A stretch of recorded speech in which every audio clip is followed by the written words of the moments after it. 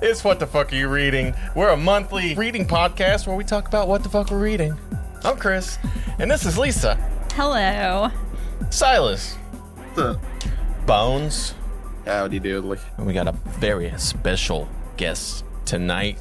He's the author of Infernal Tramps. It's Alex Grass. I'm gonna go old school. Okay. You don't get the mic. You get the MacBook version. This is what we're reduced to. Okay, it's no problem. I can only hope I don't sound like one of those murderers through it like a voice-olator. I think it's cool. It's all good. I'm right behind you. What are you wearing? I think that would work really well. Behind you, what are you wearing?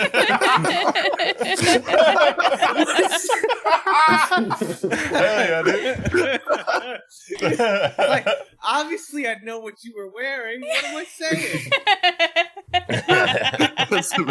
Maybe you're a blind serial killer. I'm right behind you. Yeah, it feels like you're wearing leather. What are you wearing? That'd be a subversion right there. Yeah. Need more blind serial killers in media. Yeah, we do. Definitely. I love blondes. You never killed a blonde. Oh, shit. Damn it. I tried. They smelled like blondes. Oh my god. I smelled Starbucks and it went off. Oh, man. Well, welcome to the show, Alex. How are you doing tonight? Good. You know, that really threw me. Now I'm thinking about like a blind serial killer. That's an idea for you. I guess they did that though. You remember what was that movie? There was that guy and they broke into his house. Don't breathe. Yeah. Yeah. Oh yeah. It was really good. I still haven't. That was super gross at the end. Yeah, it was fucking. The turkey baster was rancid. Turkey baster, yeah.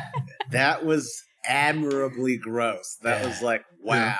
Yeah. And then in the second one, they made him a hero, and he's protecting the rape baby, and he's like a good father, and like it's like, damn, that's a shift. Well, I mean, listen. Obviously, he wanted the rape baby, right? Yeah. True. They definitely wanted that rape. And we're not talking about this. Isn't like an unwanted rape baby. Yeah. It's a purposeful. You know, even like. His whole intent is the rape baby, so he cares a lot about the rape baby. Yeah, he's a pro-life serial killer. Somebody has to be a voice for the vulnerable raper. Yeah. The vulnerable he created. Yeah. Oh my gosh. It's about time somebody wants to rape baby. Imagine that episode of Maury. You are not rape baby father.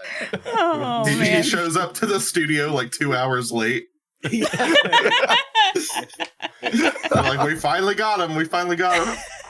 Oh. In handcuffs. You are not the rapist. Well, yeah, we read Infernal Tramps and we reviewed it last week. No, we liked it. Sorry. It was very really refreshing. Yeah, it was really good. Especially the namesake. Infernal Tramps was my favorite story in it. I really fucking loved that one. I appreciate that. Yeah. You know, originally the book was going to be entitled, I mean, this will sound a little rich, but it was going to be entitled Rape Baby. It was. Damn.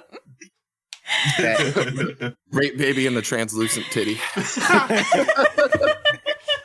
That's right. The Adventures of Rape Baby. How about even The Adventures of Captain Rape Baby? Oh my god. Oh my god. Oh god. Yeah. Now I gotta make that. Be like the Captain Underpants guy. It's like Rape Baby versus the like Germanic otherworldly being. Yeah, that's exactly. He's like dressed up like Captain Underpants, except in the cover he just has a huge whistle around his neck. And fat little veiny titties. Spreading Little awareness. veiny titties, and like a mother who's looking at him with like a mixed look of loving and loathing. Yeah. You know? Yeah. There's hate in those eyes. Yeah. Like most of our mothers. Yeah, right. Silas, this needs to be a comic book right now. A comic book or SOV fucking movies. Official crossover media. Yeah. With the what the fuck verse. Yeah. Dark Horse Comics presents Captain Rape Baby. And I could actually. Captain Rape Baby in The Stone of the Bone. Oh my god. Captain Rape Baby in The Ilk of the Milk. Oh, that's good. Dude, there's like Captain Rape Baby in A Tipple at the Nipple. Oh, wow. Yeah. Dude, there's like a breastfeeding cult that fucking hoards all the milk, and it's his duty to go and murder them all. That'd be awesome. Oh my god, if this was a little bit later, I just came out with a story. It's not getting published until August, but it's like basically about breast milk. Oh, Oh, wow.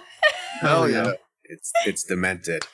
nice. So then we get the barbarian baby bottle match with the turkey baster cum and insemination from Don't Breathe. I'm running the whole gamut of the life cycle, basically. Yeah. Hell yeah. You know? Well, I do have a question for you, Alex. Yeah, go ahead. When did this project what was the inception point? What was the kicking off point, or what was the first thing you wrote for it? Where'd you come from to decide it's got to be a wider collection? That sort of a thing. Well, I guess the inception point the inception point would be, I used to write just novels, and then like I sort of followed the path of books that I really enjoyed until I found my way into reading short stories, and it's kind of like your interests are just guided by the path you follow. And so I started reading short stories, and I was like, you know what? I haven't tried doing that. I'm going to give it a shot because, listen, I'm no great shakes, but there's a shitload of really terrible writers out there. So, Yes. I can at least, do something more serviceable than they do. And, yeah, dude, this was a cut above. We read a lot of like splatterpunk and shit, like on this podcast because it fits with the tone. But like, there's a lot of shit tier stuff out there. I really I appreciated this book quite a bit. Yeah. Well, I appreciate you. Yeah. You have a really unique prose style. Did you keep your same style from like long fiction? Or did you switch it up for short? If you read the novels, there's shades of it, but like basically, I think if you're trying to be a good writer, you're always trying to improve yourself. Yeah. And so, I was trying to, I don't know, I guess enrich the prose, Yeah. And so, Yeah. Some people might say that makes it a little bit purple, but you know what? Those people can go fuck themselves. Hey, No, I'm just kidding. But really. Yeah. Awesome. Yeah. But really. Yeah.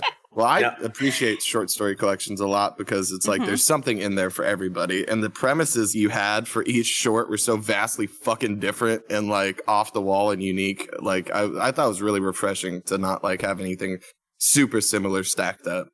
I appreciate that. I get some really cool emails. My favorite is I love hearing from people who it's their whole gig to read horror stories all the time and pass judgment on them. And I hear from a whole bunch of stories, from a whole bunch of people who's like, wow, I haven't really read anything like this. Yeah. And, And I think it's not a douchebag thing to say because I'm just relating what somebody else said. It would definitely be a greater fit of douchebaggery if I was like, I write stuff that nobody writes. But, well, dude, I'd definitely say that like that's something that's just purely fucking true. I mean, if you look on Goodreads, even like the slightly negative reviews of Infernal Tramps, they always talk about how the premises were so fucking like unique and good. Like, even the bad reviews agree. My favorites are like, I didn't like this book at all. I'm not sure I'll ever forget it. Yeah. I'm like the prose equivalent of somebody's handsy uncle, Yeah.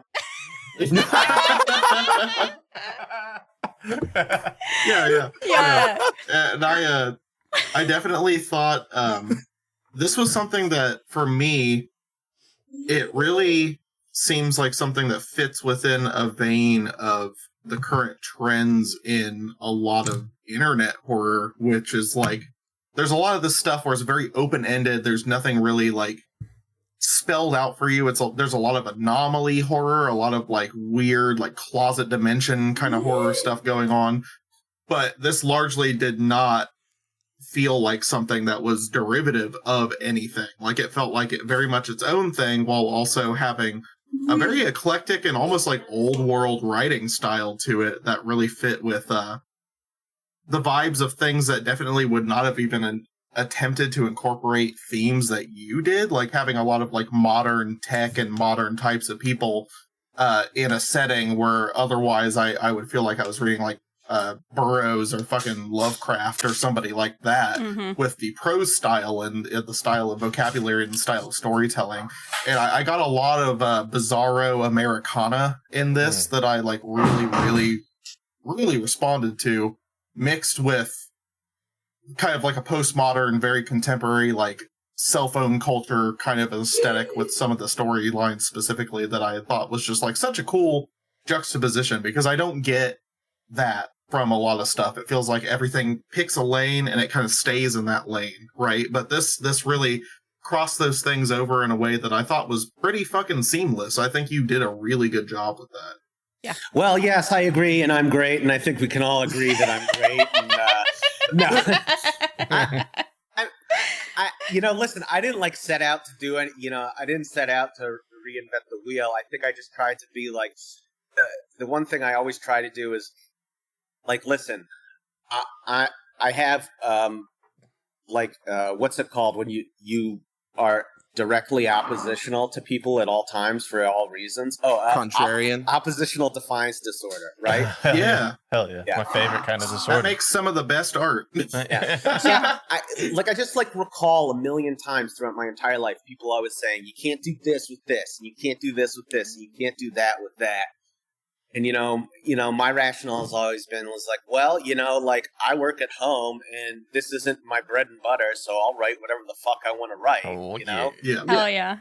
And, if you don't like it, you can eat my ass on a day I haven't showered. Oh, man. Or, I get it. depending who Do you find... so we have friends that also work from home, and that was kind of like my thing where I was like, it would be my dream job to be able to just work from home and focus on creative stuff on the side. But like my current setup is fine because I do like a really simple, like computery, like kind of desk job that's only like a 3-minute drive from my house. So it's not that bad, really. It's not really that different than what I would be looking for. Let me tell you something. There is nothing that can beat a good commute. There's nothing that could beat a good commute. The one thing that's like a fixity in people's lives that ruins the quality of their life is a very long commute. Yeah. No, for sure. You know who said that? Uda. Okay. Uda said that. I'll take your word for it. Do you find though that like having your setup for being able to work from home and do this on the side, is that just like your ideal situation for creativity? Do you feel like you wouldn't when you started writing, what was your work situation, and does your current setup with working from home benefit the creative process for you? I would say that my current setup's a lot better.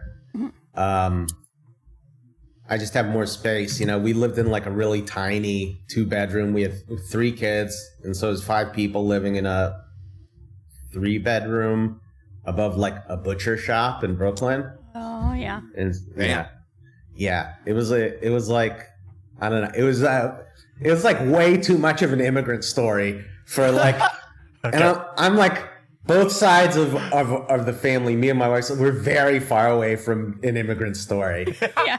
But New York will do that to you, Oh, Yeah. Just the situations you find yourself in and your living domicile and stuff. It's just kind of like that. Yeah, it's kind of like but difficulty is like kind of like a crucible, and I think that because I'm relaxed and I can work at my own pace and I don't know. There's a certain mania that I lost from being in that tiny space where I was forced to work, because I remember it was so, if you have kids, it's just it's so mind numbing to be in one room together, because other than the bedrooms there was the one room, and it was COVID. And so I was literally I was so psychologically affected. I was bobbing my head, I was like Muhammad Ali punch drunk, And so sometimes I'd wake up at 4 a.m. to write, Damn. And just pump out 3-4 hours, and that was hugely productive. And I'm definitely not that productive anymore. But then again, no, yeah, I definitely feel you on that, because I feel like some of the best, most affecting shit I ever did was stuff I did when I was in just dire fucking straits, the throes of nonsense going on in life. And then now that I'm stable and comfortable and we have our house and we do our thing, it's just I don't want to do shit anymore. Yeah, I mean, listen, it's a basic human thing, when times are tough, you're trying everything in every single outlet to try and affect some sort of change, whether or not that change is actually going to change your circumstance, but that's sort of the mode that you're in. Right? Yeah.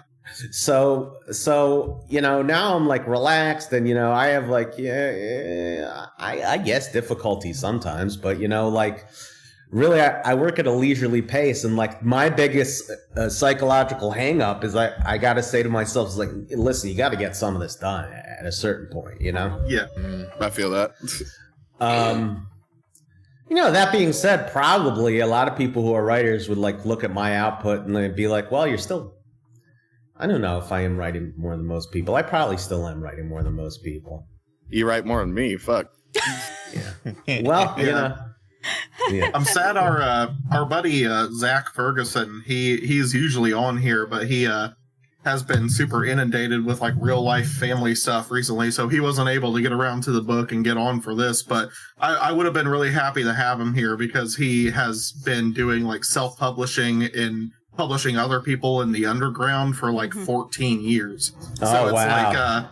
So it's it would have been really, really awesome to get his perspective on some of this, but the cards just were not in the right place to be played that way. But who are some of your, I guess in a more general sense, and you can move it into Infernal Tramps or just your full body of work if you want to, who are your biggest influences? Who are the writers that really get you going, really get the gears turning? And then what were the biggest specific influences that went into this book or the books you have so far?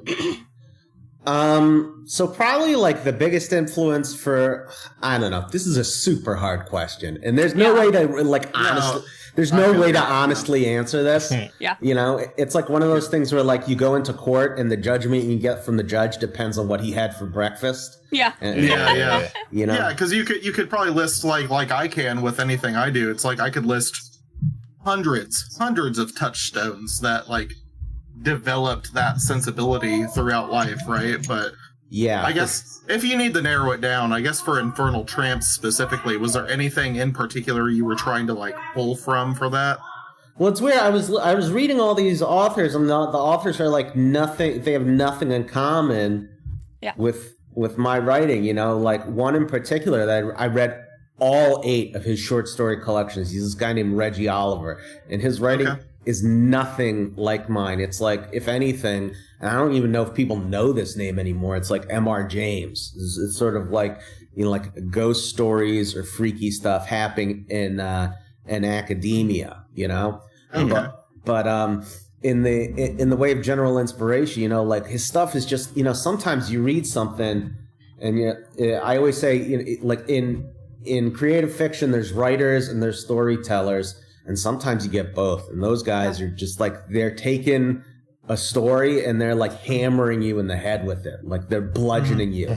You get you get no relief, and you're just inside of the story. Yeah, the book is Cannibal Corpse, and they're just hammer smashing your fucking face in the whole time. With oh my god! All the extrapolation, all the detail, all the world building, all the thing.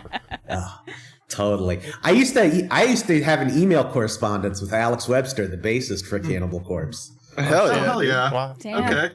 Yeah, That's awesome. He was. I'll tell that story another time. He was just. There's nothing to tell. He was just a really nice, thoughtful guy. Yeah. I met him when Most of them are in that band. It's interesting. Yeah, for sure. Sure. It's like, you know, I don't know, a total tangent, but like the people who are really most problematic are the ones who are trying to control what other people do. And I find oftentimes the death metal heads aren't really interested in controlling other people, you know? Yeah. They just want to do their shit and get on with their day. Yeah. Everybody needs a release for their dunderhead bass instincts, you know? Yeah.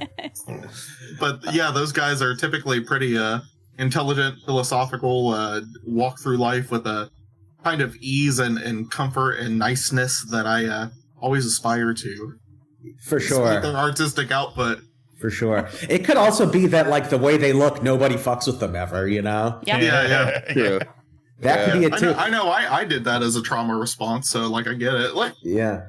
I mean, like, I got my hands tattooed and shit. look, every big person I've ever met, like, someone who's, like, bigger than, like, 6'3" and, like, heavy, like, they're so easygoing. And then I think to myself, well, like, of course they are. Like, who's going to do anything, you know? Yeah. Yeah. True. The beasts. So Reggie Oliver, and then you know what? It's interesting. We're sort of like in a heyday of horror media, not just like film and TV, but also in publishing. There's this great new press. Well, new. They're probably like 30 years old now, but they're called Valancourt Books, and they put out. They just put out this fantastic stuff, and a lot of it's from the international horror scene. So like people you never would have heard of otherwise, you know? Hell yeah. Because translation's such a pain in the ass, you know? Yeah. But for sure. But if there's some guy you want to read, he makes my stuff look like Leave It to Beaver. Read this guy named Attila Veris. He has two collections. One's called The Black Maybe, and another one's called This'll Make Things a Little Easier. Okay. But I read The Black Maybe, I guess, while I was writing this. And then another guy named Luigi Mussolino, he wrote A Different Darkness. And, I guess I really, basically I read exclusively, you call them like modern weird fiction short story collections. Mm-hmm. That's where I would say the inspiration came from. But I can't honestly say that was the case, because most of what I was writing, I mean, like you see it in the prose, most of what I was writing was like, I was reading M.R. James. I was reading, like Joseph Sheridan Le Fanu.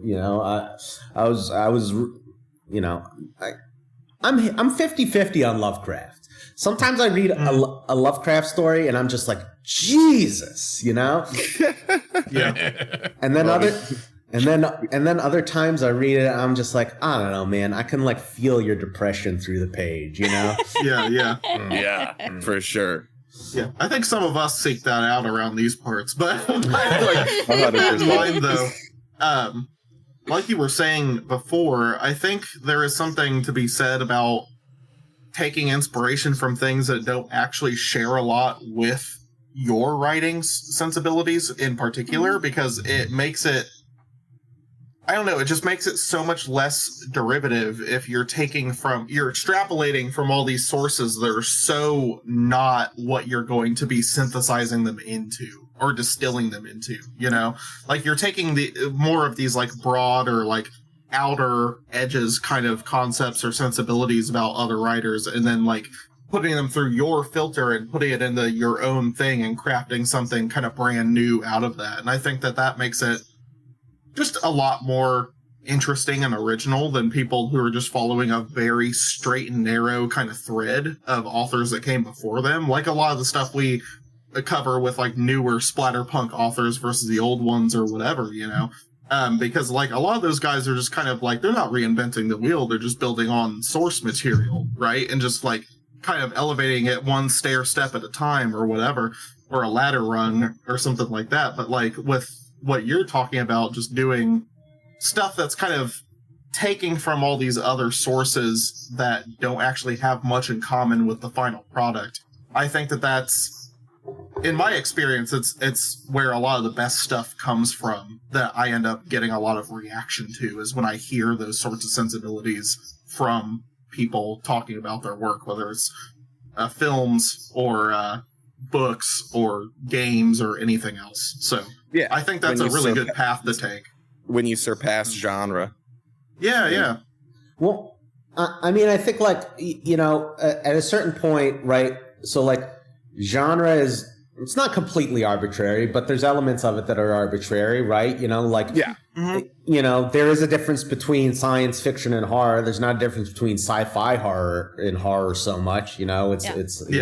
It's more like gradations of technology, but basically covering the same tropes, for instance, in that case. But, you know, I think there are people who are interested in, like, just doing what they do well and expanding more broadly. Like, you know, there's short story authors that I read while I was writing Infernal Tramps, and they are the furthest thing from horror. You know, Raymond Carver, guy from New England. I can never remember his name, but I love his stories. That guy from New England. That really narrows it down, especially for short story writers. Yeah. You know, that guy in the state where Yale and Harvard are. You know, that short story writer. Yeah. That guy. It's like, oh, okay. And then, like, you know, I think there are writers who are. I am interested in transgression, although I don't know, like, how interested I am in the transgressive genre, because I think that, you know, what you identified is there is, like, a certain institutional creep in areas where people are starting to do the same thing, and it can be cool, you know. Like, I definitely appreciate what splatterpunk does, and I've definitely read, you know, a fair share of splatterpunk, and, you know, it has its luminaries, you know, like Chris Triana, I guess. Or, I don't know. Oh, yeah. Yeah. Well, Brutal rocks. Yeah. but you know, I think I'm, like, more interested in just, like, reading a story, and it just happens to, my expressive outlet for doing something that I admire is in horror, you know. But, like, I read a short story. I can't remember the author's name, and I'm not going to narrow it down, but because I'm going to say that really smart Asian guy. Okay. Sorry, that really smart Asian guy who writes science fiction. There you go. Oh shit. Yeah. There's only one, right? The multitudes. Yeah. Yeah, there's only one. It's like billion. literally structured into their fucking DNA. Yeah. and look, they're so great too, because the social consequences of being something like a writer in Asian culture are so much more severe, you know? Yeah. Like, if you tell if you're, like, you know, from, like, let's just call it, like, a regular American background, and you go to school, as long as you're getting a degree for it, your parents will be like, well, it's not what I would do, but God bless you, you know? Yeah. You know? And, like, Asian parents are like, here are your choices: doctor, engineer, shame. My art professor in college, she was from a really strict Korean family, and it was that sort of thing. Like, I remember her talking to us pretty candidly at certain points about, like, and she's massively successful. Like, she has moved on from my podunk town to, like, way better schools, and is a dean now, and not just an art professor. Like, she's done really well. Mm-hmm. But she was always talking about how, despite her successes, every time she met up with her parents and talked to her dad, he would just go on and on about how he wished that she had become a doctor. Yeah. Yeah. and, like, listen, there is something to that, and there's something to that as related to the immigrant experience. You know, Asians aren't the first ones to do it, you know. Exactly, yeah. Like, my mom, and we'll do a little aside, you know, you'll have to pardon me for this, but my mom has a favorite joke that her father used to tell her. So there's a Jewish woman, and her son is it's fine, relax. It's fine. Relax. Have you listened to the podcast? It's fine. Yeah, trust me. On this show, whatever you say is fine. But like, also, it's not what you think it's going to be because I'm Jewish and I'm very happily Jewish. So just everybody, calm down, okay? Yeah, same deal. And I lean into Nazi aesthetics like no other because it's funny. Yeah, I mean, I do love like a good. Well, doesn't matter. Let me tell this joke. Yeah. Let me tell this joke. Okay, so this Jewish woman, her son is elected the first Jewish president of the United States. This is fiction, and one of the first. I don't know what you're talking about. We have Benjamin Netanyahu, who's pretty much the president of the United States. God damn it, Silas. You don't want to get me started. Because I'm coming from the other side. I have family in Israel. So let's avoid it. Yeah. Let's just avoid it. But so she gets a call from her son, first Jewish president of the United States. It's the first act he does as president. He calls his mother and he says, Ima, which is what you say, Mom, I did it. I'm the president of the United States. And his mother says, David, I'm so proud of you. I'm so proud of you. I can't believe it. What a monumental achievement. And the mother hangs up the phone and she's sitting in the room with her friend and her friend says, was that the doctor? And the mom says, no, that was the other one. Oh my God. That's awesome. That's the other one. I do have a question too, because I noticed a lot of things in the book that reminded me. I was just like listing films as I went along because I was curious about your filmic references or the stuff you're taking from film, because we're primarily a movie podcast, but the book podcast is super fun and way more intellectual than our stupid riff tracks mystery science theater bullshit that we do on our other half of the show. Yeah. But what were some of the horror film inspirations that came into Infernal Tramps? The only things I could point to reliably are like this stuff from my childhood, okay. And that is hard to recall, just like in the midst of a forum like this, we're in the middle of an interview, but I always say The Fly was big. Hell yeah. Okay. I could see that a lot. You have a lot of body horror-esque feeling throughout the book. Yeah, I mean, definitely. Which I was not even. This is going to sound so fucking bizarre, but I was not even conscious of it. And I remember I got an early review, and I said to my wife, "Is do you think this is body horror?" And she's like, "Every single story involves some sort of grotesque transformation. How is it not body horror?" No, I get it though. I get it. The whole idea of it not even being conscious, that's a. Yeah.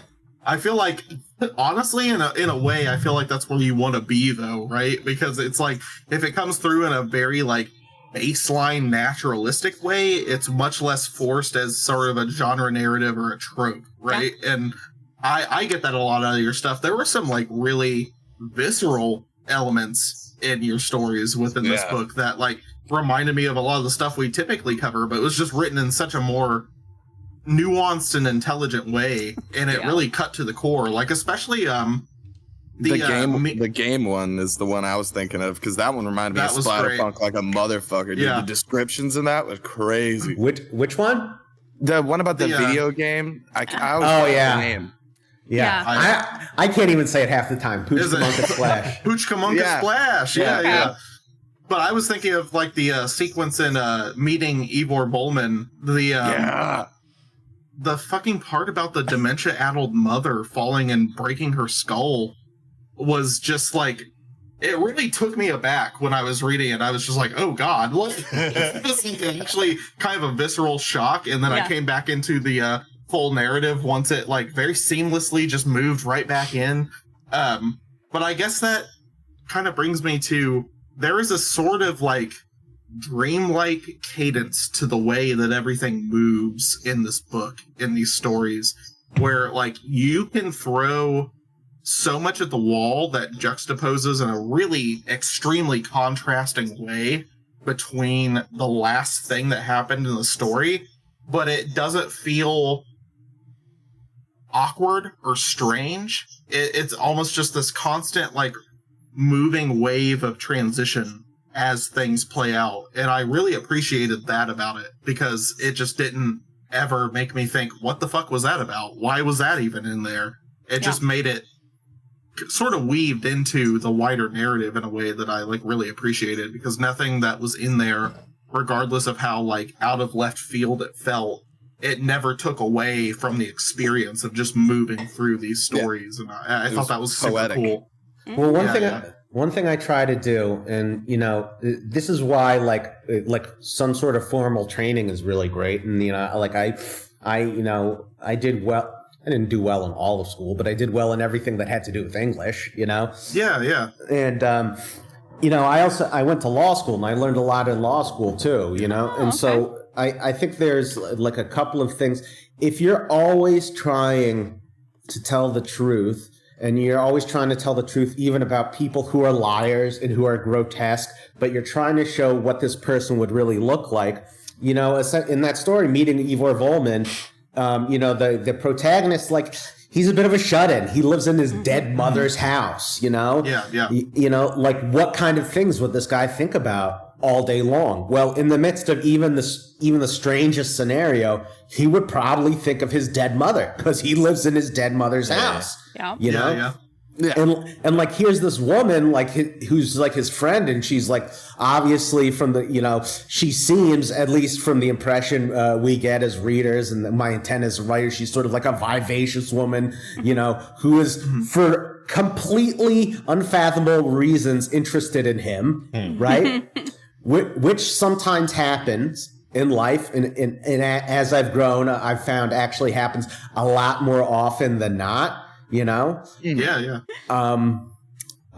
It's just amazing the number of men these days who are totally comfortable having women pay for everything for them. But that's a whole other thing.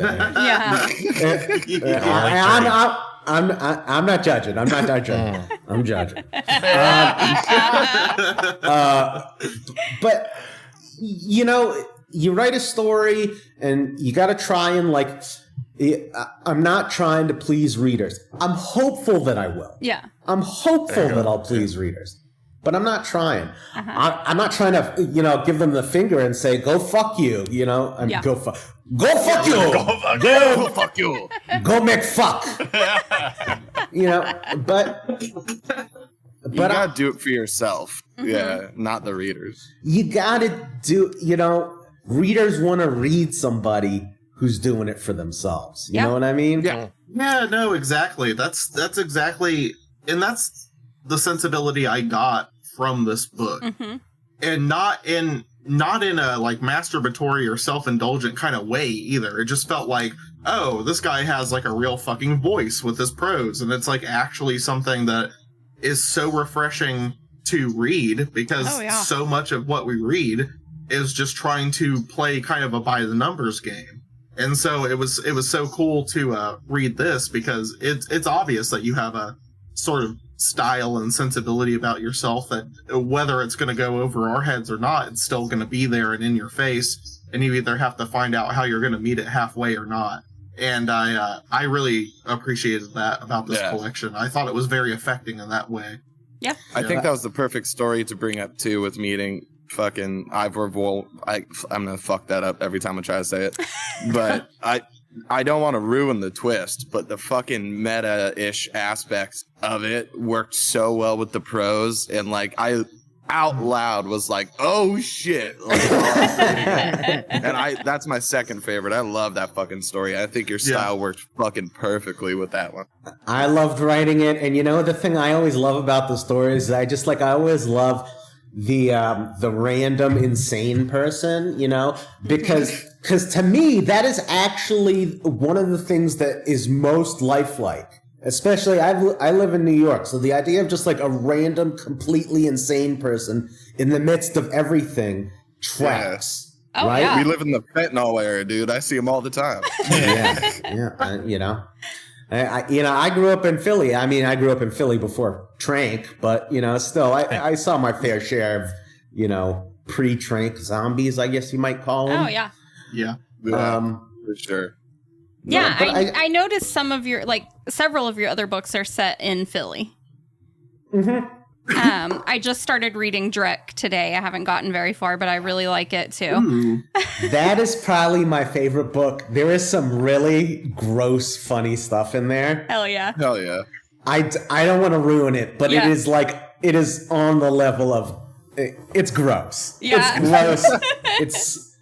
It's so gross. And it's just like, life really is filled, if you think about it, with these characters who are just batshit insane. Oh, yeah. Yeah. And I think about it, and there's lots of reasons why people become batshit insane, but it's usually some trauma that's compounded on by their own choices to reinforce the trauma later in life, Yeah, for sure. And, it's sad, but it's also the most interesting thing, narratively speaking,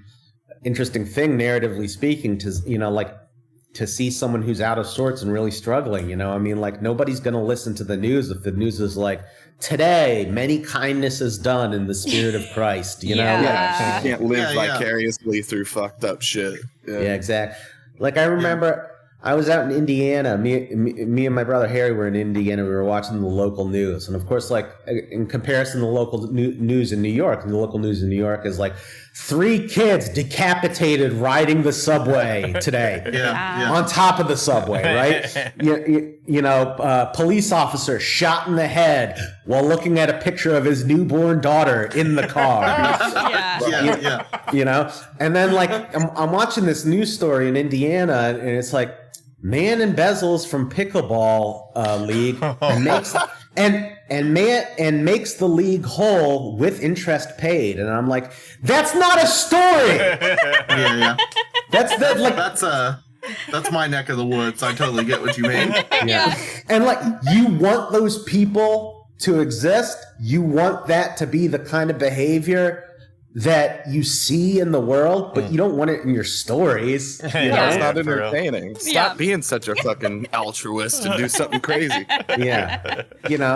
Like I have family members with challenges. Nothing would make me happier than to see a kinder world that, I could rely on to care about them after I die.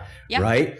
But those people aren't going to be, incredibly interesting. And, in contradicting what Oprah's book club would lead you to believe, making those stories interesting is very, very, very, very difficult. Yeah. And usually it has to revolve around something where like people are being kind in the midst of something pretty terrible. Yeah. There has to be stakes. Yeah. Our psychology has a lot of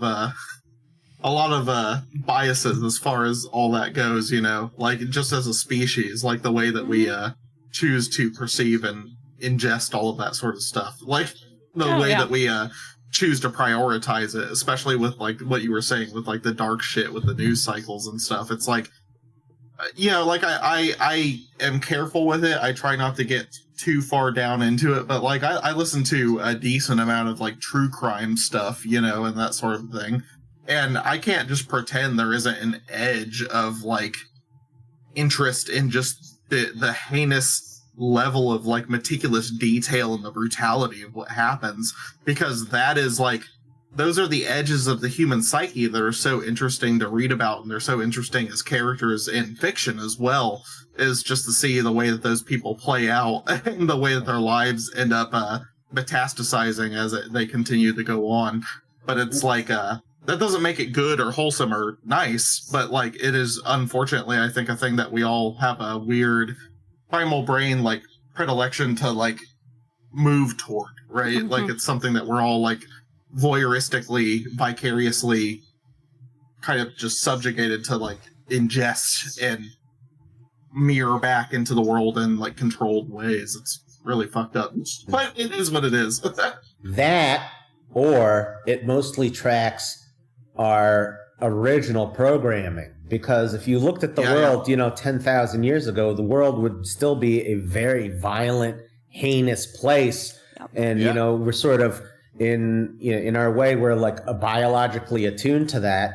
And maybe it's the case that society has sort of preempted that and stymied these, natural impulses towards violence and towards witnessing violence. Yeah. You know. Yeah.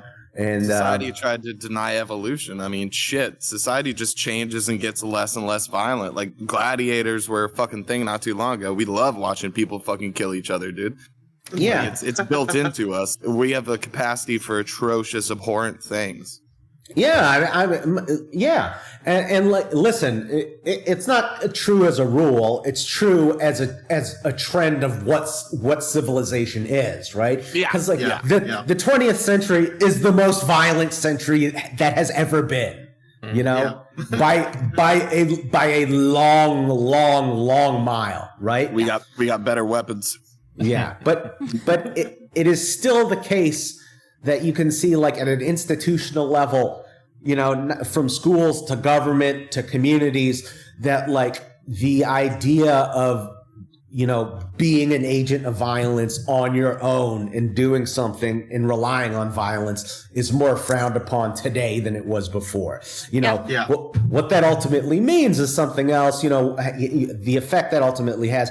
But like certainly at least the first 26 years of the 21st century is like massively less violent than the first 26 years of the 20th century. Yeah.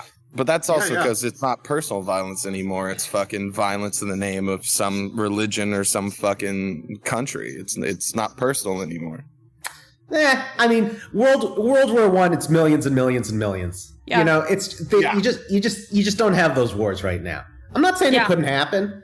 2040, 2050, you know, 10, 20 million people die, maybe. But it's World just War III. possibly. I mean, like, listen, like it's the famous. It's so trite. But it's like one of those things that's so trite that it's true. Like Albert Einstein, I'm not sure if he's the guy who actually said this, but he's like, like the first World War was fought with this, the first, second World War, the next World War will be fought with sticks and clubs because nobody will be left. Yeah. It was Einstein. He said that to Oppenheimer after the whole bomb thing. Yeah. Well, Yeah. he was a smart guy. Yeah. Oh, yeah. Maybe a little. Yeah.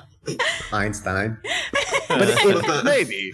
I guess to take us back out of the aether, because I'm sorry to have Yeah. led you into this area, but like going back to what you were talking about before with the childhood influences and whatever, it doesn't have to be just movies, but what was your inception point for getting into horror as a genre, or just, you tread a lot of lines and play with a lot of different genre sensibilities with this last book, but like, what got you into it initially and what kind of like built toward that point to where you are now? And also, when did you start writing? Okay, so that's an easier question to answer. I've been writing my entire life. Okay. Hell yeah. Yeah. Okay. In one way or another, I've been writing my entire life, and not just in school, and not just because I had to. Like on my own time, Like, like whether or not I'm sure that I wrote this story, why my brother Arthur is a fart face, Yeah. I would like actually like write out an entire story with detailed and like logical reasoning and colorful examples of why my brother was a fart face. Yeah. And then I would like deliver it to him under his door and listen to him cry. Hell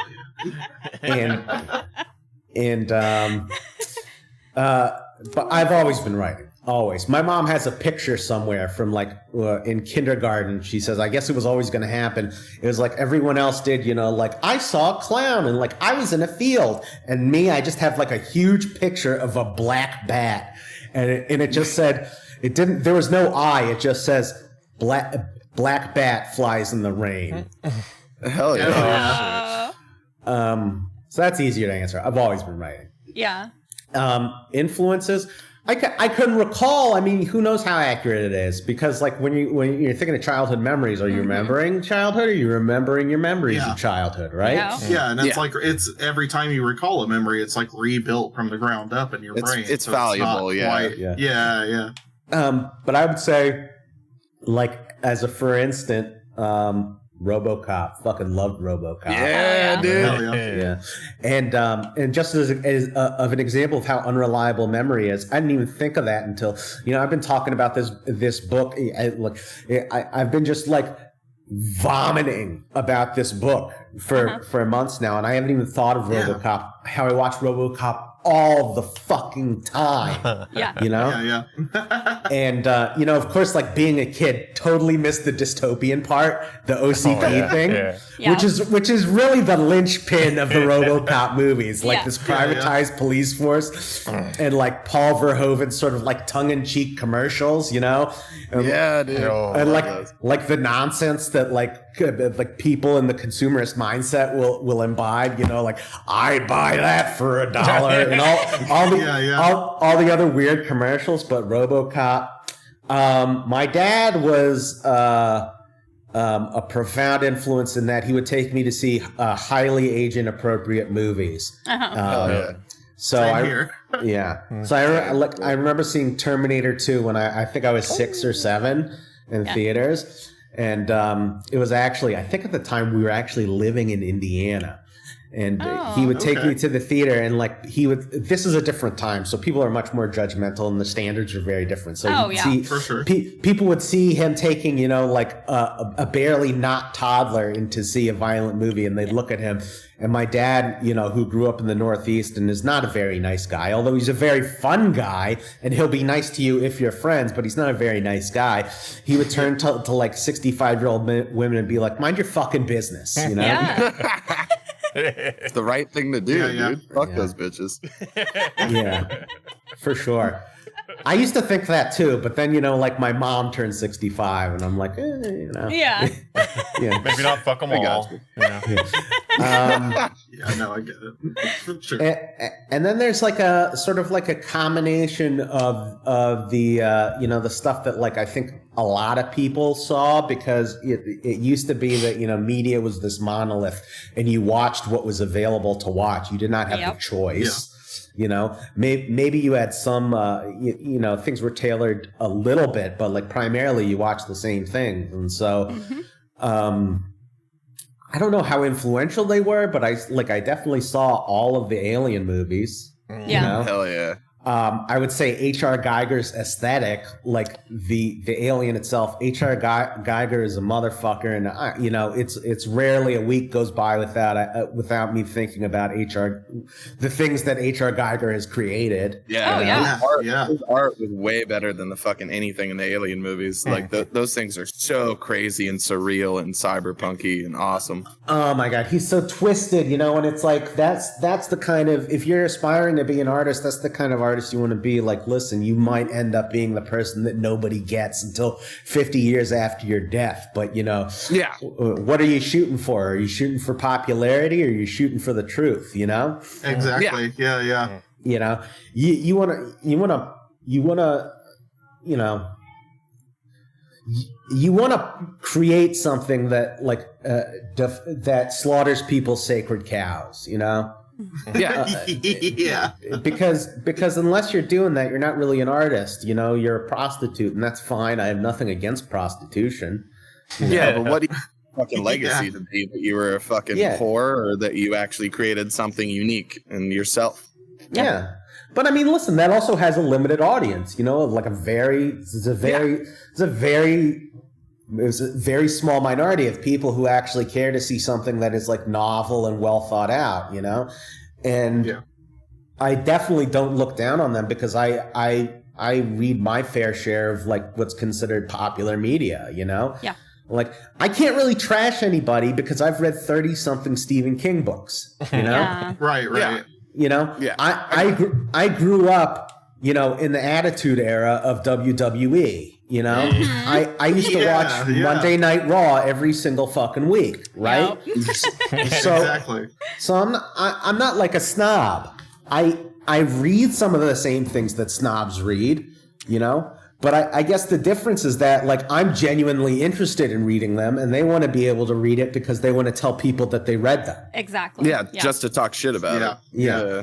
I'm not waiting on every opportunity to tell people, you know, what I thought about Dostoevsky's The Idiot. I read it because I thought it was interesting. I mean, it's a slog, you know, everything Dostoevsky writes is at least 600 pages, you know, in the latter era, it's tilting closer to 800 or 900 words. But, you know, the guy wrote like a motherfucker, Yeah, it was his only reprieve from trauma, though. I mean, like, I love Crime and Punishment, but it's a what a life. What a life. That whole firing squad story kills me, and I think about it every time I read a word he fucking writes, and I'm like, this poor man. Dead kid, father murdered by the serfs in the family vacation dacha, and Dostoevsky has epilepsy, which is like, listen, I have Russian in-laws, all right? They're not the most forward-thinking people, and they basically thought if you had epilepsy, you were a demon. Yeah. Possessed.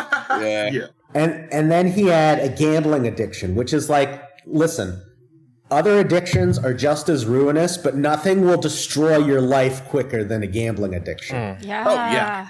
You know? That's like a race to the bottom. And it was brutal. I remember reading The Brothers Karamazov and that scene at the end where like the old drunk's, kid dies and he's just wailing. And I'm just like, oh God, this is so awful. And it makes you think like, why would I read something like this? Why would I upset myself so? But it's because, you know what? There's a couple of things that human beings really gravitate towards. And one of them is the fucking truth. Yeah. Yeah. No matter how dark it is. Exactly. No matter how dark it is. Despite all of our lying and our prevaricating and our own personal predisposition to covering our asses, the truth is that, like, look, watch court cams. See what happens when they find when they find out a defendant lied. Yeah. Mm-hmm. They don't like it. No. It's just crazy. People do not like liars unless they're representing their congressional district. True. Yeah. So I do got a question for you because you brought up that you're Jewish, and that was really interesting to me because like I said, Infernal Tramps is my favorite, but I was wondering what time period it was set in because to me, since the creatures are all speaking German and shit, and like it's on the train card, it felt really 40s and very Holocaust-esque, like with the Jews being like brought through the trains. Like, is there any of that in there, or am I just like kind of searching? Who knows? Yeah. I don't know. That was a question I had too. I was very curious about all the old world German with the otherworldly beings kind of appearing in the book. I mean, honestly, probably the German influence has more to do with. I mean, listen, I'm not going to say no because the truth is I don't know. Yeah. Yeah. This subconscious. All writing. No matter how deep it is, it's surface level stuff. Mm-hmm. If I were able to vomit up my actual subconscious, I can't tell you what color it would be and what characters would be drowning in the muck, right? Yeah. But I think probably it has more to do with the fact that I grew up in Pennsylvania. I was born in central Pennsylvania. It has, to my knowledge, the highest population of German immigrants in the United States. And a lot of the people that I grew up with were German, Okay. Yeah. At least to a certain point. And then, at a certain point, I moved to Philadelphia, and that was no longer the case. Yeah. But, and I cannot say why I have a hyper focus on Germans and the German language and German culture. Even the other languages in the book, they are Germanic languages, Do you look that shit up, or do you actually know German? No, I don't know. I used to speak German. So fuck. Okay. So I can work my way with a little, but I definitely don't speak Dutch, and I definitely don't speak Afrikaner. Yeah. So yeah. So but I did go to Hebrew school. So here's something that redounds to your viewpoint. I did go to Hebrew school. We watched and learned a lot about the Holocaust. Probably. Mm-hmm. A lot more than little kids should. Yeah. Yeah. And when you're like 9-10 years old and you go to the Holocaust Museum and you see like the piles of the shoes of the dead. Yeah. And like, do you comprehend it? Do you not comprehend it? Who's to say? But you don't forget it. Exactly. Yeah. And you understand that it's very important to the people around you even before, because as a kid, you can't really, that stuff can't be important to you yet. No matter Now, no matter how important it is in the scheme of the world, you know, at 7 years old, the fact that the horror of the Holocaust cannot be important to you. You don't have the faculties necessary. You haven't lived enough life, you know? Yeah, you can't exactly. grasp it. Yeah, you need that lived experience. You need the maturity to understand the full breadth of what you're actually even witnessing, even if it's sometimes 2 decades or more past the prime of like when you actually saw it. Like it's. I mean, I think no one's primed to understand it like parents who work and have property, right? Yeah. Because then you understand, you know, because then you have basically, I have a familiarity with the way that I'm mechanically connected to the world in terms of paying taxes and paying bills and being on the books for getting my kids to school and having documentary evidence that they're alive on a sustained basis, you know? And like, basically I'm hooked in. And so when you have all that, you can understand, wow, the gears of the state apparatus moved to exterminate people. And by the way, this happened in the most sophisticated country that intellectually the world has ever known, right? Yeah. Which is basically a way of saying nobody is ever safe ever. Ever. Nobody's ever safe. Safety is just a straight up construct. It does not actually exist. It doesn't. It doesn't matter. It doesn't matter. You know. Like Germany in one instance gave the world, you know, like its own cultural micro renaissance, and in the next it showed how all the mechanics of human invention could be directed towards being brutally inhuman. Yeah, exactly. Like we're all just getting chewed up in the cogs of the machine. It's really, really scary stuff. You know, but at seven, never paid a bill. Yeah. Never broken up with anybody. Never gotten drunk and embarrassed yourself in public. You know. Yeah. Never gotten a notice from the state tax authority. Yeah. You know, never seen a zero balance in your bank account. Never been punched in the face in public. Yeah. You know, none of those things have happened. So you don't understand the way that the world is. It just sticks with you, like internally, like unconscious. Yeah. Mm-hmm. Because it has more. There's just something naturalistic at the core of your being that when you see certain things, you're just like, that's significant, whether I know why or not yet. Like it is significant, and it will continue to be significant as I grow as a person. Like, So that's interesting to me with your answer too, because I was wondering how you fucking go about like writing, because it's like if you mapped it out and like kind of had influences or just ideas like or like lore behind like the fucking creatures in like Infernal Tramps, or if you just like do what I do and just like sit straight down and write page 1 to the end.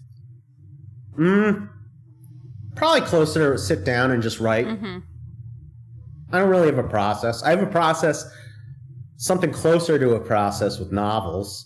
But I think you have to, because if like with a short story, I mean, like, look, the longest one in the collection, I think, tops out at like 8,000 words, you know? Like, I got no problem going back. It might take a little bit of time, but I can go through a 8,000 page story and revise the whole fucking thing. I don't want to do that in 100,000 fucking words. Yeah. You know? Yeah. So it's like it's in my, you know, my creative self-interest, but also in the cause of my personal sanity to map out novels, you know, short stories. The great thing about a short story is like, you know, fuck it, I'll do what I want. It'll end when it ends. Yeah, it'll end when it ends. You know, I don't know what's gonna happen. You know, maybe a bunch of German guys show up at the end. You know, that's my favorite kind of writing, though. I love when people just let their subconscious take them to where they get taken to, you know, and then it's like, you know what, I think I've got enough here. This is it for this one. Yeah.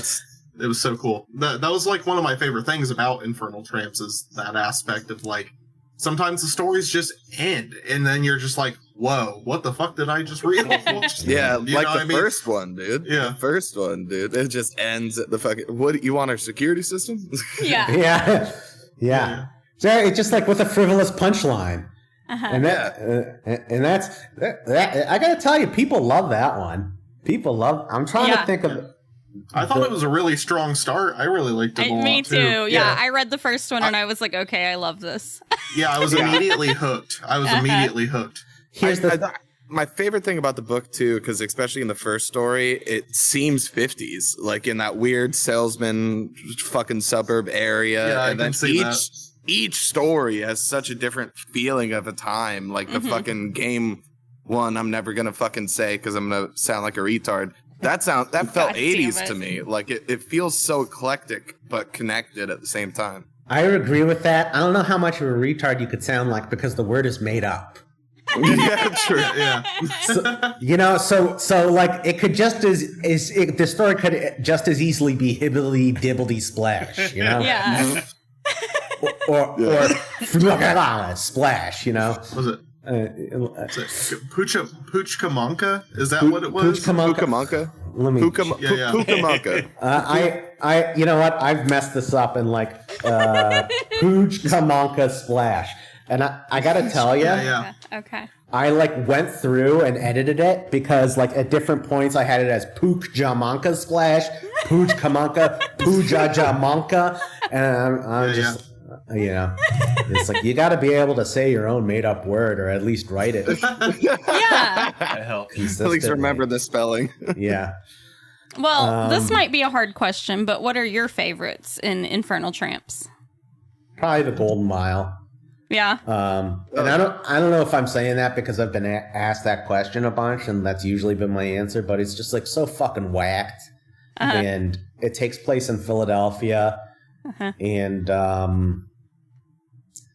I don't know. I just like it has these themes. There's nothing that's like of some great philosophical importance or like that really speaks to my like writing style. But it's just like it has the things that I like. It's got like a huge demented dog that everyone's afraid of. It has this like all of a sudden society is changing, this collective madness, but it's towards something like mundane and like gold is desirable, but it's just like people are now interested in it in a very stupid way, and there's like flags of it, and then it has like it just has these characters that I've grown to love, like the mentally disabled worker who's helping to put up the flags, and he like has like a bedazzled collar on. Yeah. Yeah. I just like love the idea of like seeing someone that like that out in society. And then, I like a little bit of a story where it has like a segment that seems like history a little bit, like where you're learning about the circus in the Golden Mile. Some of that. I love that. Yeah, well, some of that's based on like a real circus. I forget which one. It's in my notes somewhere. Who knows? Yeah. But it did that. The ones that like people really love. I mean, listen, they're all my stories, right? Yeah. Yeah. They're all my fucking stories. I like them fine, Yeah. But anyone who creates something has different reasons for enjoying the things that they create than the people who appreciate the creation, right? Yeah. So like, if promises were meant to keep, it's like I don't know how people took it, but just like the idea of a man who's had himself ruined by alcoholism and then is like sort of chased by his literal demons. Of course, it gets a little stranger than that because you have the guy who's like, shows up riding backwards on a horse holding an elephant gun. So it's not like purely his demons. That stuff, I think, I'm not sure what it appeals to, but I definitely like that more than, Tezcat Apparatus, the first story. Yeah. Yeah. A little more bizarro. And like that one you were talking about reminded me a lot of like Jodorowsky and like the Holy Mountain, and just you see this random cool surreal imagery. I love Jodorowsky. Is it Jodorowsky or Jodorowsky? Dude, I'm just gonna say Yodorowski. That's what I've been saying for years, so we'll figure it out one of these days. How about we just call him El Topo? El Topo. Yeah. El Topo. No, I think, though, one thing that I really liked is it felt like the stuff at the beginning was really, really accessible versus the full breadth of the collection, and it really hooked me. So then when I got into a lot of the longer form stories as we went, I was so much more mentally prepared and much more interested in engaging with them fully in a way that, like, I think that, I don't know, I just think the pacing of this whole thing and the way that you laid out the stories in the order that you did really fucking worked, because I think that the later stuff has a lot of that subtext and the deeper kind of stuff to dig into with, like, oh, what does he mean by this? What is he getting at with this? Like you were kind of talking about with some of the longer form stuff. And I think that the way you laid it out really helps the reader just continue to, like, ride that wave, like I was talking about earlier, with almost the dreamlike, almost like nightmare logic of it all. Yeah. Like there's definitely something to be said for having such, like, short, punchy, very, like, delicious prose kind of stuff toward the beginning that really gets you, like, engaged, right? And then you're just like, okay, this is a really cool book. I can't wait to see what's coming next. And then you get into the deeper stuff, and it really is just like I don't know, it just kept me sailing. It just kept me sailing the whole time, and I really liked that. I agree too, because the middles, like, there's a couple stories that just, like, fucking punch you, like the dementia-ridden grandma and the fucking chaos with the fucking game, like, in the middle, that just, like, viscerally punch you to keep you going, of like, fuck. Yeah. I want to make that my ringtone. Just the way you just said fuck. Just like, fuck. Who's calling? It's my mom. Punch in there. It's my mom. It's my mom. You know, that's one of the only things I can say with certainty was purposeful.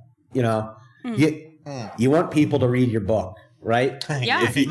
If you start off with Ivor Volman, or is it Ivor? Yeah. I don't even know. But if you start off with that, people are going to be like, you know, this is a lot. This is a lot. Yeah. You know, it's like the difference between. It's like that.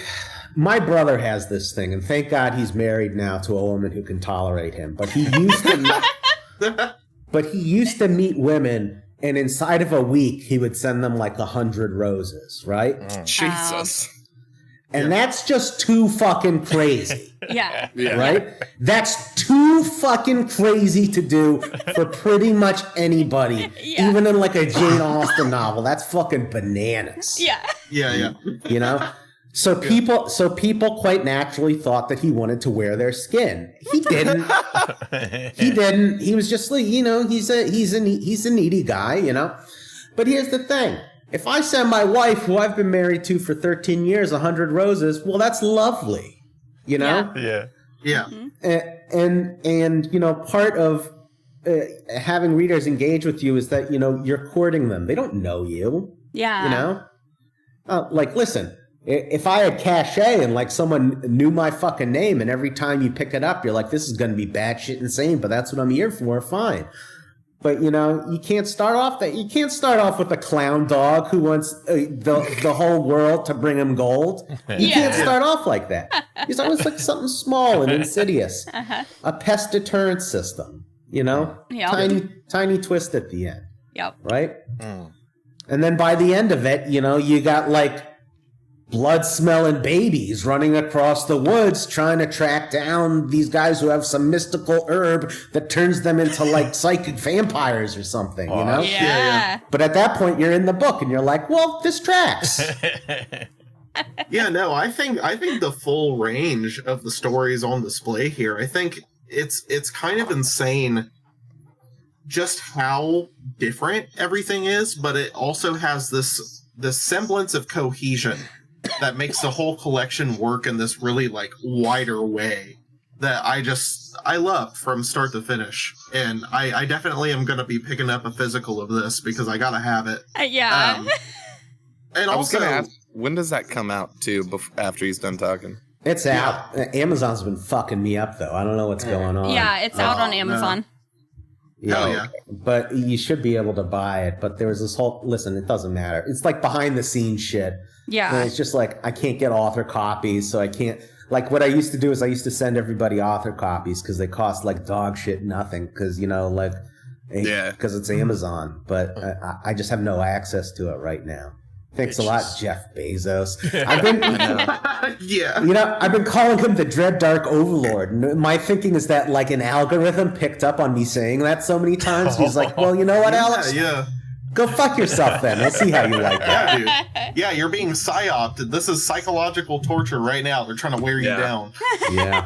No, I have a book on Amazon and I had to buy it full price a couple times because that fucker, like, it just fucked up on me and wouldn't let me do shit. I'm like, okay, cool. It's like, what do you, if I was buying sponges, there wouldn't be a problem, you know? Yeah, exactly. Yeah. So, the thing with your book that I really, really appreciated was the thing you put in there. This wasn't the only thing, obviously, but like what I thought was super strong about this collection was that you had a ton of visual elements with the artwork for every single story and the cover art and everything, and then that statement at the end about not using generative AI, and I thought that was super, super fucking cool. But you had talked about earlier with the thing with like drawing the bat in school as a kid or whatever.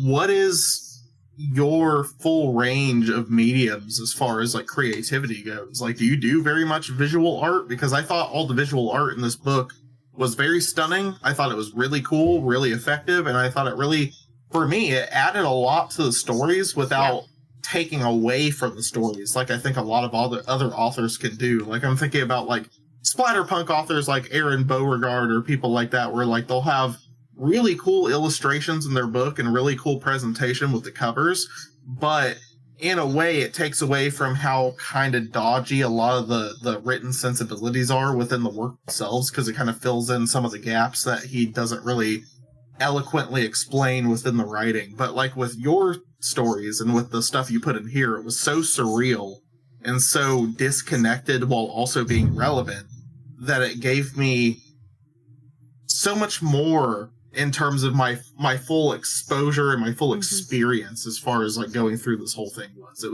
was just so cool. And well, I just want to know what else you do. Well, I have in a closet somewhere, and we had planned to, possibly frame some of these, but I have hundreds of watercolor paintings put away somewhere. Oh. Hell yeah. Nice. And, they're all mostly weird and demented, and, a couple of them even have my own blood in them, Hell yeah, man. That's awesome. So, there's plenty of background, and, listen, the schools that I went to, they had good arts programs, so I learned some of the rudiments. I don't know that I'd say I learned them evenly, or I didn't, learn them in a system or anything, I didn't go to art school, but... my favorite thing to do to procrastinate is to Photoshop. So, there's that, and that's a good way to procrastinate, man. Yeah, that only if you don't want to be creative. Be creative. Yeah, serves the full body of the other stuff you can put that into. It's really cool. Yeah, but I think it's hard because a lot of people, they want to be a hyphenate. They want to be a writer, artist, this and that and everything, and I think I can rely on my own judgment enough that if I put the pictures in there and I'm like, wow, this is clashing or just makes no sense, I'd take it out. Yeah. But and I know the other side of that. You were talking about with Aaron Beauregard, but I know the other side of it with Stephen King, and I understand that Stephen King's trying to do it, because he has illustrators that are his friends, and he's, he's sort of like, he's not just a writer, he's an institution. So, if you have a friend, and I'm sympathetic to this, I have friends, if I could make their career by putting a page of their stuff into something that I do, well, I'd probably fucking do it too, Yeah. But sure. But I've definitely read, Stephen King books, you know, and I've seen the drawings, and I've just been like, this is taking away from me, you know? It's not what I envisioned, and it's sort of paltry compared to, you know, the characters that he's written. You know, that being said, you know, like, he's Stephen King, so like, Alex, go fuck yourself. Who cares? You know? Yeah, I get where you're coming from, but at the same time, like, I don't know. I as soon as I saw the cover for this book, when I got onto the website and I was getting ready to read it, I was instantly hooked and enthralled. Like, I was very much like, okay, cool, we're getting into some cool shit here, because this is a really cool cover. It has almost like a Lynchian aspect to it that I really, really am responding to. I feel like I'm in for something cool here. And it was. And I was really happy to see that, like, it wasn't being propped up by the aesthetic choices that you made with the artwork. It just felt like it was so complimentary. Like, again, I think that what I loved about your collection is that everything just gelled in this way that I'm just so not used to.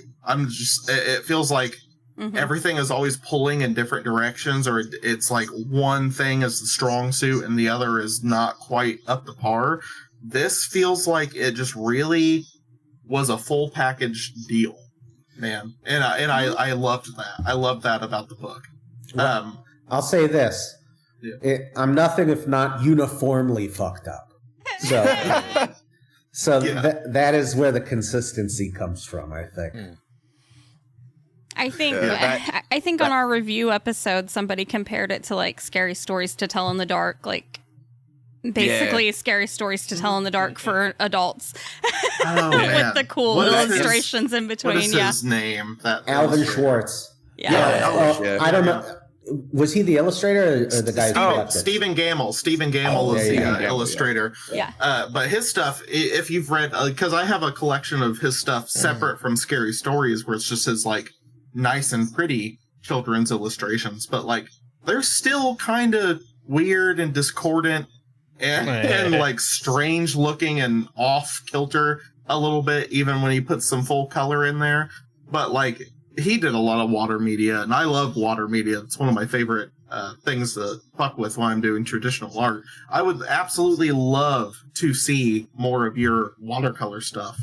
I feel like that would be such a cool thing to get a full scope of you as a creator. It would be so cool to see like the full breadth of what you've made. I'd be happy to send you a couple of pictures, maybe with some dick pics, maybe not. You know? Yeah. Now you're talking. Give me everything you got. But yeah, I think I said that. I don't know. I was pretty fucking drunk. But because one of my favorite pieces of art is the implant story with that girl, like that crazy artwork for the girl. I loved, and it reminded me a lot of that with how the watercolor was like washing her out into this like ghost of a creature kind of thing. Yeah. I mean, it's a fantastic time to do art in any medium. It really is. You know, all of the art, it all originates in the public domain. And then what I did is I basically transformed it to the point where it's still credited in the back, but to the point where, you know, you couldn't recognize the source. But it's just like the access for us is incredible. If even like you think about this, you know, here we are in 4 different places, and you know, after some fucking around, you know, we've been talking here now for an hour, completely separate from one another, connected only by an electronic signal and the mutual love for my work. No, exactly though. Like I think like, so for me specifically, because I do a lot of like artwork for covers and posters for movies and things like that. And I love when I get the chance to play around with like doing my traditional artwork or my like really down in it kind of like macro detail, like digital drawings or whatever else. But like a lot of people just want graphic design and they think they want artwork. So what I actually end up doing is taking a lot of design elements from public domain images and then transposing those into a composition and then doing a little bit of artwork over top of that stuff.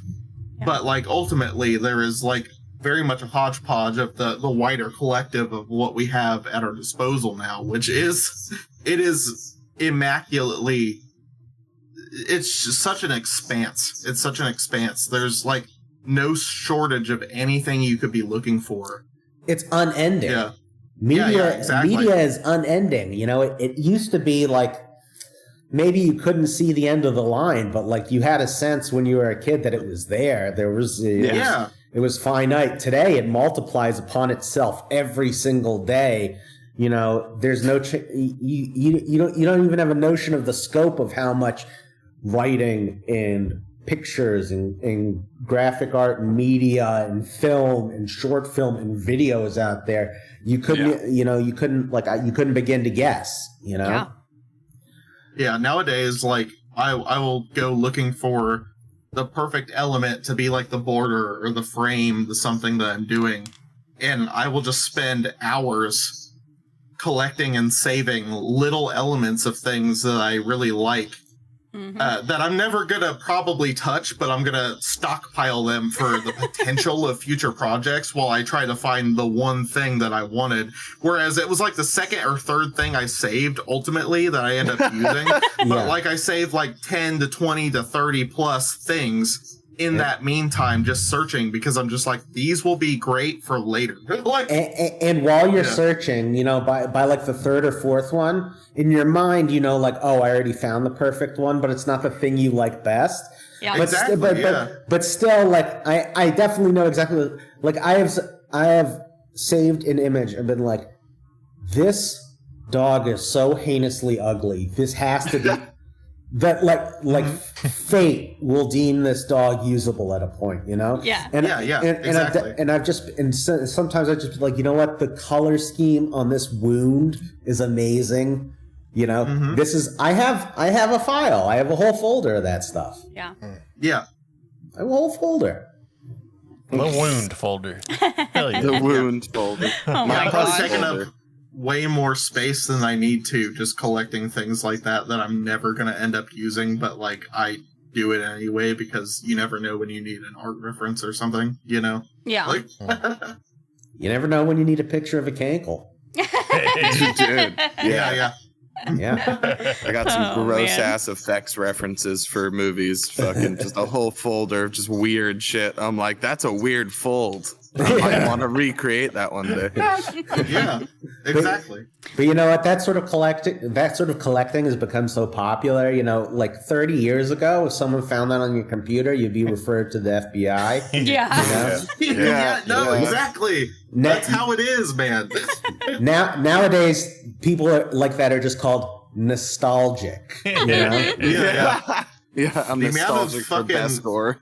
Grotesque nonsense that I have saved just for the happenstance of like, if I happen to think I need it for something, like one day it's just like, the NSA has its tendrils and everything, but like they haven't come for me yet, so I guess I'm doing all right. I don't know. Dude, the NSA is still going through shit from when I was 12. There'll be a my while. God. I had a cousin. Well, someone had a cousin who worked at the NSA, right? Oh, damn. And I just remember like at a family dinner and being like, "Listen, the NSA does not care if you shit on your wife, you know." Yeah. It's like the things that you're worried about. It's like a doctor seeing your ball sack. Like the doctor's seen 1,000 ball sacks. He doesn't care about your ball sack. Exactly. Yeah. It's 90% of the NSA's job is fucking nudes and dick pics. Yeah, exactly. Just like at a certain point, it's just like, listen, you seen one, you seen them all, you know? Yeah. Exactly. Yeah. So you Gives get you a to a lot more micro peace of penis. mind. But damn it, I want to peace of see mind them when all. you get that. Yeah. Well, guys, do you have anything else you want to talk about before we end this? I don't know. What about you, Lisa? No, I think you guys have basically asked everything I wanted to ask. I'm sorry. Sorry. You're fine. I knew you were apologize. nervous. I just wanted to help steer the ship a little bit. Yeah. Yeah, and I'm just a drunkard that has questions randomly, and I'm Yeah. just thinking of micro penises now. So it's Oh my getting really hard. Hell It's yeah. getting really hard to think. Now, think of this though. Imagine every micro penis so microscopic that it's like a pixel. Okay. And that Yes. when you're setting a pixel rate on a picture, what you're really setting is the grid of micro penis. Damn. Yes. I don't know of a Look at better me. note to leave this interview off. Oh, than that no. right there. Oh, my Alex gosh. Grass, thank Well, you for hanging out with us. No, I wanted to add, you said that you have something coming out in August, right? Is that something you want to talk about? Or I do? Oh, the story, yeah. Yeah, yeah. I have a story. I'll send it to you guys. I'm not sure Hell if I don't. I'm not sure if I could say where it's going to be, but Okay. it'll be. I'll follow up. I'll let you guys know. It's out on Okay. August 28th. I'm not sure if the publisher wants me to say where. Actually, I do actually have one last question, just based off of like where to pick up the shit. But do you self-publish a majority of your work, or do you have like publishers working with you that put your shit out? Or I have publishers who do the short stories, and I put out all my books myself. Okay. okay, Hell yeah. so all on Amazon KDP, I'm guessing. I think like one of them's on Barnes and Noble, and it's weird because like I typically I do the website and everything myself, so I have to update the media. So occasionally the easiest way to find stuff is just to Google Infernal Tramps, right? And so while I'm adding links, I'll see like weird stuff like there's a place in France that sells it, Oh, wow. Damn. It's out of stock, but it's up on Target. Like, I don't know what the rhyme or reason why this ends up in different places. But, Yeah. but sometimes the only place I've with intent published it is on Amazon. Okay. Okay. We'll have a link in the show notes for all of our wonderful listeners. They can pick up Infernal Tramps Yeah. by Alex Be better than Grass. Chris and read it. Yeah. Hey, man, you guys have done such a great job selling this book. I almost want to read it. Yeah. Well, Alex, this was super fucking cool. It I was, really yeah. appreciate that you went out of your way to say you wanted to do something like this with us, because we've had interviews with filmmakers on the film side of things, but this is a big deal, big stepping stone for the book side of the podcast. Yeah. This was super cool, and you fit in like a glove. It was so yeah. fucking cool. I hope you'll come back again and do something for some of your future stuff, because we would love to talk with you about other works that you've got Oh, going yeah. on. I'd love to. I'd love to. Be careful about inviting me. I'll show up at Thanksgiving dinner. No, man. Yeah, no, it's very much like that. It's a drop in, drop Yeah. out. Everybody's a host kind of podcast. Yeah. You can come in and do movies with us if you want to, whatever you want to do. Yeah. I'd love to. I'm less of a host than a parasite, but I'll still come. Yeah. You got full access Fridays at 4. Come fuck around. 4:00 your time, Bones. but- That's not his but time. Oh yeah, shit. Sorry. You did fucking great. Did we do okay? Was this okay for you? You know what? I came away fully satisfied, and Yay. I'm smoking the equivalent of a cigarette. Yeah. Yeah. So, Hell yeah. Silas is Cheers. a considerate lover. Yeah. Very cool, man. Hell yeah. Thanks Hell for, yeah. Thanks for hanging out with us, Alex. It was a real fun time. It was. an absolute pleasure, guys. Thank you for having Hell me. yeah. Yep. Probably one of the best interviews we've had, honestly. Uh-huh. Hell yeah. Well, that was another. You're a great conversationalist, man. Yeah. You are, yeah. I have my moments, I try to think about the Holocaust and rape and, keep it fresh. Well, that was another Dude, jam no, fine we're episode. gonna tag team to make a whole comic series about this rape baby. Hell yeah. Well, that's it for What the Fuck Are You Reading? Say bye, bitch. Bye, bitch. Bye, bitch. Bye, bitch. Goodbye.